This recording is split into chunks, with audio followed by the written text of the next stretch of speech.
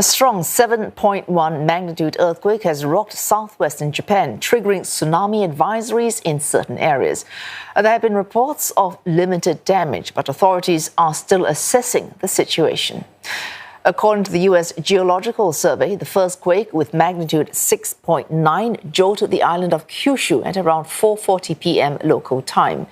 It struck at a depth of 33 kilometers. Less than a minute after that, a tremor of magnitude 7.1 occurred at a depth of 26 kilometers. This is the moment the ground started to shake in Miyazaki. Various areas, including the airport, felt the tremors. 3 people were reportedly injured. Aftershocks of magnitude 4.6 and 4.8 were also observed. Tsunami advisories were earlier issued for several regions, including Miyazaki, Oita, Kagoshima, Kochi and Ehime prefectures. Japan has since lifted the warnings for all the regions except for Miyazaki. Authorities have, however, issued an alert warning about a possible large or mega earthquake around Nankai Trough, south of the island of Honshu. Local reports say it is the first ever such alert. According to NHK, tsunamis of up to 1 meter struck some coastal areas in Kyushu and Shikoku islands.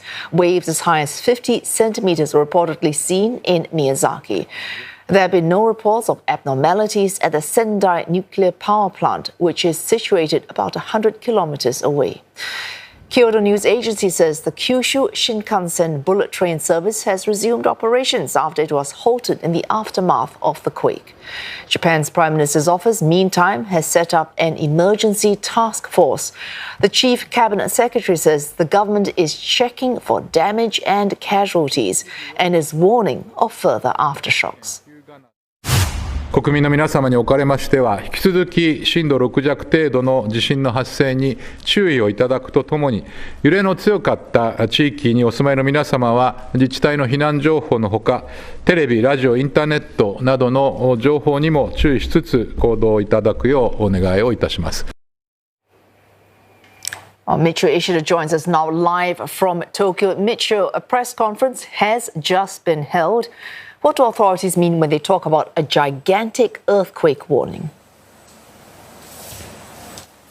Well, Wei-Su, we heard for the first time this phrase, a gigantic earthquake warning. The Meteorological Agency and seismologist Naoshi Hirata, who heads the government team of experts, called the public to be on the alert for a week for a possible earthquake of magnitude 8 to magnitude 9. Now, this follows the earthquake at 4:42 p.m. Japan time, recorded a moment magnitude of 7, which is powerful. And they said a moment magnitude measures the misalignment of the plate. And what happened was the Philippine plate sunk into the fault. Now, the experts explained there were 1,437 cases immediately after a magnitude 7 quake, a magnitude 8 quake. That's between 1904 and 1914. And they say that within a week, a similar situation can take place. Now, they reminded us about the most recent earthquake, about March 2011, magnitude 7.3 hitting northeastern Japan. And 2 days after that, a devastating magnitude 9 triggered tsunamis of more than 10 meters. And if you recall, that's when Fukushima nuclear plant went into a meltdown.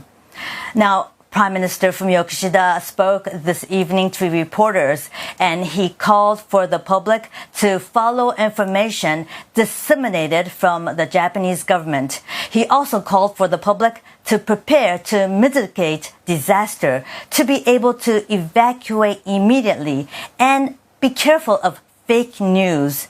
Now, Mr. Kishida was actually planning a trip to Nagasaki for the 79th memorial service since the atomic bombing of that city. And he was also planning a trip to Central Asia from this Friday. He said that he will make his decision on whether to go ahead with these trips after gathering more information on a possible Nankai Trough earthquake. All right, Michiyo, of course, we need to be careful about possible fake news. The Chief Cabinet Secretary earlier saying the government is still assessing looking for details of casualties and damage. Do we have any formal updates on that front? Yes, well, Mr. Yoshimasa Hayashi, the Chief Cabinet Secretary, in his evening emergency press conference said at least 3 people have been injured.